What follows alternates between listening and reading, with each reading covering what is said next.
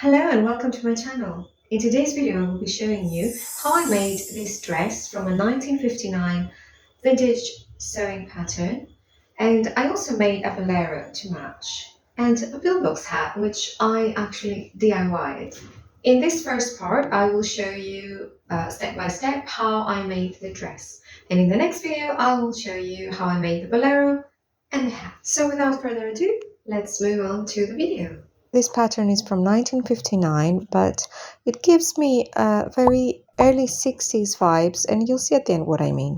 I will be using this very narrow vintage fabric for this project. This is the skirt pattern, but I made some alterations to it, using another skirt pattern that fits me like a glove, because this pattern size is 36 and I'm more like a 32.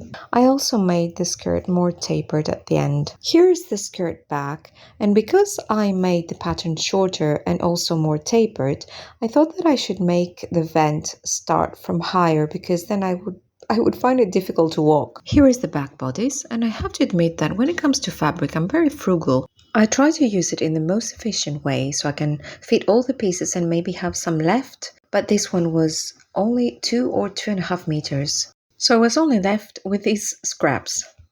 Now I'm putting pins on the darts so I can transfer them onto the fabric and making small clips. Now I'm marking the darts with chalk. These darts were quite long because it's an empire waist dress and the midriff is included in the skirt. And here I am sewing the darts in my grandmother's beautiful vintage sewing machine and tying a knot at the end of each dart. And as always, Chico is curious about what his mom is doing all this time. The darts are sewn, ironed and cut open as instructed, and I also added some fusible interfacing where the zipper is going to go, and I'm taking it to the sewing machine to sew the back seam and the vent. I also prepared the skirt front by sewing all the darts. And here I'm connecting the skirt front to the skirt back. Before moving on to the bodice construction, I wanted to show you the fit so far, which is really good. It's perfect actually, but only because I made the alterations beforehand according to a pattern that was tried and tested. I'm preparing the bodice front facing by doing a small hem and then connecting it to the bodice and sewing the arm curves and the neckline. I then cut the seams and clip the curves. I do the same with the back bodice. And now I'm connecting the back bodice with the front bodice, but only at the side seams. And here I have connected the bodice with the skirt. The instructions were telling me to connect the front bodice with the front skirt and the back bodice with the back skirt first, but because I wasn't sure if the bodice was going to fit, I wanted to finish it first. So because the bodice was actually a little bit big on me, and because I wanted to match the darts of the bodice and the skirt and the side seams, I had to make some alterations, as you see here. I had to take in the side seams, and I gathered the bodice when it was pinned to the skirt so I can match it. Unfortunately, something happened to my grandma's machine and I had to switch to my modern Singer machine.